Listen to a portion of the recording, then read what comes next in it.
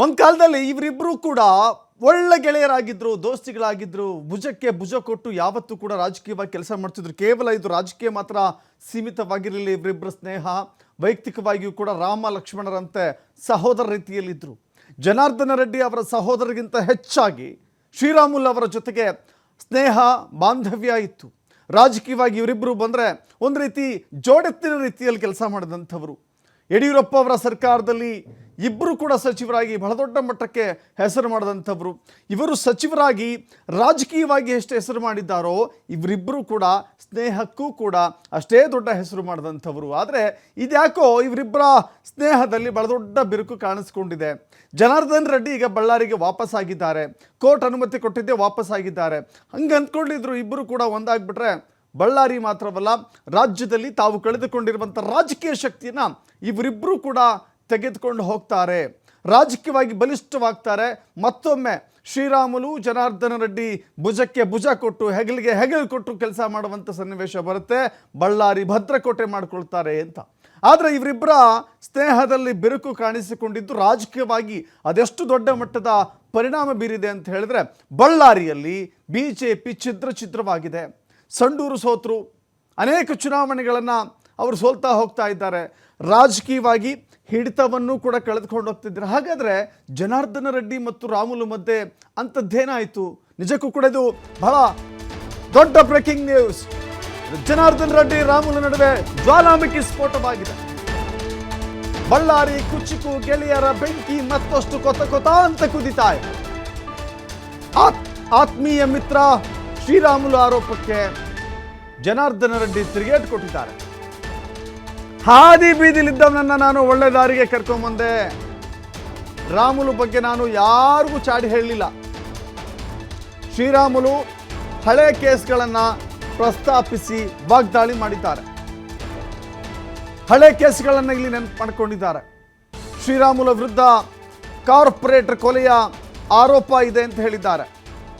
ಯಾವ ರಾಮುಲು ವಿರುದ್ಧ ಒಂದೇ ಒಂದು ಆರೋಪ ಮಾಡಿದ್ರೆ ಅದನ್ನು ನಖಶಿಖಾಂತ ವಿರೋಧಿಸಿ ರಾಮುಲು ಪರವಾಗಿ ನಿಲ್ಲುತ್ತಿದ್ದಂಥ ಜನಾರ್ದನ ರೆಡ್ಡಿ ಇವತ್ತು ಶ್ರೀರಾಮುಲು ವಿರುದ್ಧವೇ ಒಂದು ಗಂಭೀರ ಆರೋಪವನ್ನು ಮಾಡ್ತಾ ಇದ್ದಾರೆ. ಅದು ಕೂಡ ಕಾರ್ಪೊರೇಟರ್ ಕೊಲೆಯ ಆರೋಪವನ್ನು ಇಲ್ಲಿ ಎಳೆದು ತರ್ತಾ ಇದ್ದಾರೆ.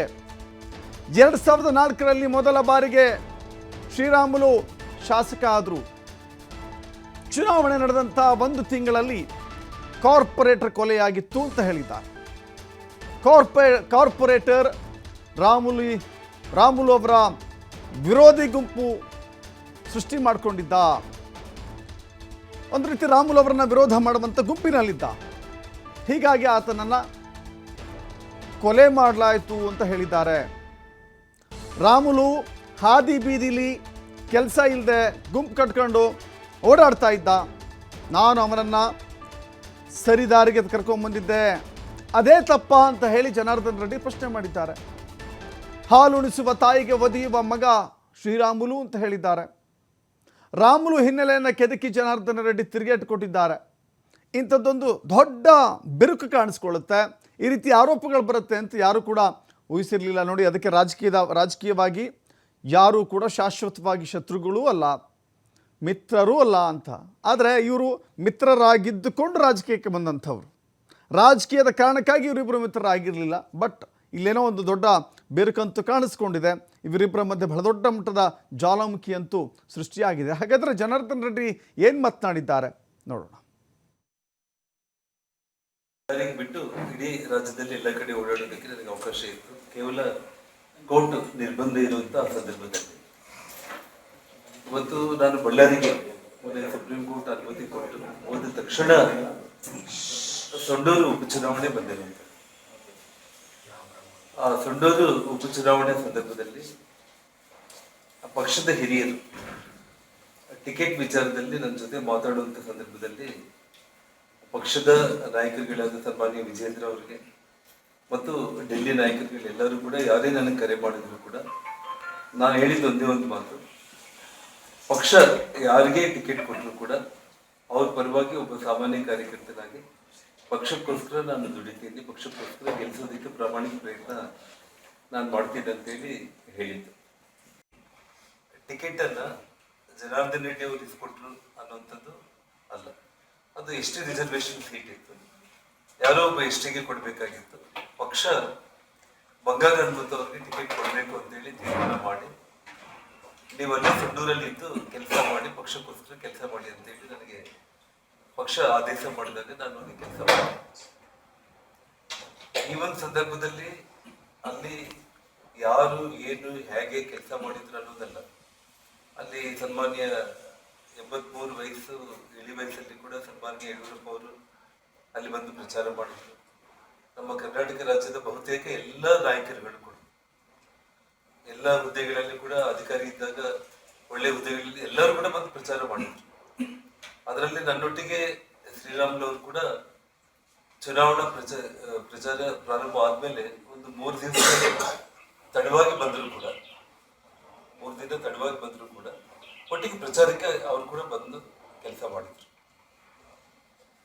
ಒಂದು ವಿಷಯ ಏನಂತಂದ್ರೆ, ಬೈ ಎಲೆಕ್ಷನ್ ಅಲ್ಲಿ ಸೋಲು ಹೇಗಾಗಿದೆ ಏನಾಗಿದೆ ಅನ್ನೋದಕ್ಕಿಂತಲೂ ನಾನು ಎಲ್ಲಿ ಕೂಡ ಮಾಧ್ಯಮ ಸ್ನೇಹಿತರು ಯಾರೇ ಕೇಳಿದ್ರು ಕೂಡ 4 ದಿನಗಳ ಕಾಲ ಈ ರಾಜ್ಯದ ಮುಖ್ಯಮಂತ್ರಿಗಳೇ ಅಲ್ಲಿ ಬಂದು ಕುಂತು ಪಂಚಾಯಿತಿ ಮಟ್ಟದಲ್ಲಿ ಅವರು ಪ್ರಚಾರ ಮಾಡಿ, ಹಣ ಖರ್ಚು ಮಾಡಿ ಅಲ್ಲಿ ಬಿಜೆಪಿ ಅಭ್ಯರ್ಥಿ ಸೋಲುವಂತ ಒಂದು ಪರಿಸ್ಥಿತಿ ಬಂತು.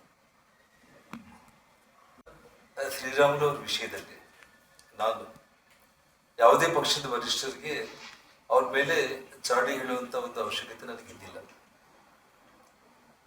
ನಿನ್ನೆ ಶ್ರೀರಾಮುಲು ಅವರು ಮಾತಾಡ್ತಾ ನಮ್ಮ ಕುಟುಂಬಕ್ಕೆ ಮತ್ತು ನನ್ನ ಬಗ್ಗೆ ಈ ರೀತಿ ಎಲ್ಲ ಕೂಡ ಅವರು ಹೇಳಿ ಯಾಕೆ ಹಿಂಗೆ ಮಾಡ್ತಾ ಇದ್ದಾರೋ ಗೊತ್ತಾಗ್ಲಿಲ್ಲ ಅಂತ ಹೇಳಿ, ತಮ್ಗೆಲ್ಲ ಕೂಡ ಗೊತ್ತಿರೋ ವಿಷಯಗಳಾದ್ರೂ ಕೂಡ ಒಂದೇನೆಂದ್ರೆ, ಜನಾರ್ದನ್ ರೆಡ್ಡಿ ಶ್ರೀರಾಮುಲು ಅವ್ರ ಬಗ್ಗೆ ಹೇಗೆ ಏನು ಅನ್ನೋದನ್ನ ಅಖಂಡ ಬಳ್ಳಾರಿ ಜಿಲ್ಲೆ ಜನತೆಗೆ ಗೊತ್ತು.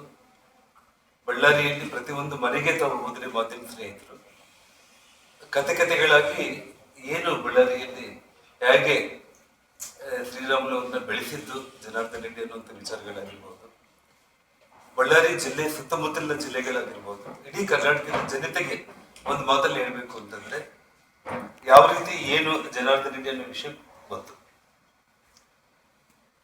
ನನಗೆ ಒಂದು ಬಹಳ ಒಂದು ನೋವಿನ ಸಂಗತಿ ಅಂತಂದ್ರೆ, ಆ ರೀತಿ ಹೇಳಿಕೆ ಕೊಡೋದಕ್ಕೆ ಕಾರಣಗಳು ಬಹಳಷ್ಟಿದೆ. ಅದರಲ್ಲಿ 1-2 ವಿಚಾರಗಳನ್ನ ಮಾತ್ರ ನಾನು ನಿಮ್ಮ ಮುಂದೆ ಹೇಳೋದಕ್ಕೆ ನಾನು ಬಯಸ್ತಿಲ್ಲ. ಮೊದಲು ಶ್ರೀರಾಮುಲು ಹುಡುಗನಿದ್ದಾಗಲಿಂದ ಎಲ್ಲೋ ಹಾದಿ ಬೀದಿಯಲ್ಲಿ ಹೋಗ್ತಾ ನೋಡೋದು, ಆಡ್ಕೊಳ್ಳೋದು ಅದು ಬೇರೆ. ಆದ್ರೆ ಸ್ವತಃ ಶ್ರೀರಾಮುಲು ಅವರ ಸೋದರ ಮಾವನ್ನ ರೈಲ್ವೆ ಬಾಬು ಅಂತೇಳಿ ಬಳ್ಳಾರಿಯಲ್ಲಿ ಒಂದು ಪ್ರೆಸ್ ಕಾನ್ಫರೆನ್ಸ್ ಕೂಡ ಮಾಡಿದೆ ನಾನು. ಅಂದ್ರೆ ಅವರು ದಿವಾಕರ್ ಬಾಬು ಅವರ ಬ್ಯಾಕ್ಗ್ರೌಂಡ್ ಎಲ್ಲ ಹೇಳ್ಕೊಂಡ ಇಡೀ ನಿಮ್ಮ ಇತಿಹಾಸದಲ್ಲಿ ನೀವು ಎಷ್ಟೆಲ್ಲ ಕೊಲೆಗಳು ಮಾಡ್ತಾ ಬಂದಿದ್ರಿ, ಅದರಲ್ಲಿ ಶ್ರೀರಾಮುಲು ಅವರು ಸೋದರ ಮಾವನ್ನ ಕೂಡ ನೀವು ಕೊಲೆ ಮಾಡಿರುವಂಥದ್ದನ್ನು ಮಾತನ್ನು ಹೇಳಿದೆ. ಅದು ಡಿಫಾರ್ಮೇಷನ್ ಕೇಸು ಹಾಕಿದ್ರು. ಆ ಕೇಸು ಸುಮಾರು ಅಂದ್ರೆ 20 ವರ್ಷಗಳ ನಂತರ ಮೊನ್ನೆ ಕೋರ್ಟಲ್ಲಿ ಕ್ಲೋಸ್ ಆಯಿತು. ಮತ್ತೆ ಅದ್ರ ಮೇಲೆ ಅವರು ಹೈಕೋರ್ಟ್ ಕೂಡ ಹೋಗಿದ್ದಾರೆ. ಆ ಕೊಲೆಗೆ ಫೈನಾನ್ಸ್ ಮಾಡಿದ್ದು ಸೂರ್ಯನಾರಾಯಣ ರೆಡ್ಡಿ ಅಂತೇಳಿ. ಈ ವಿಷಯ ನಾನು ಹೇಳುವಂಥದ್ದಲ್ಲ. ಶ್ರೀರಾಮುಲು ಅವರು ನಮ್ಮ ಮಾವನ್ನು ಕೊಲೆ ಮಾಡಿಸಿದ್ದು ದಿವಾಕರ್ ಬಾಬು ಅವರು, ನಾರಾಯಣ ರೆಡ್ಡಿ ಅವರು ಸೇರಿ ಸಂಪೂರ್ಣವಾಗಿ ಹಣ ಒದಗಿಸಿದ್ದು ಸೂರ್ಯನಾರಾಯಣ ರೆಡ್ಡಿ. ಇವತ್ತು ಅವರೆಲ್ಲ ಕಾಂಗ್ರೆಸ್ ಪಕ್ಷದಲ್ಲಿದ್ದಾರೆ.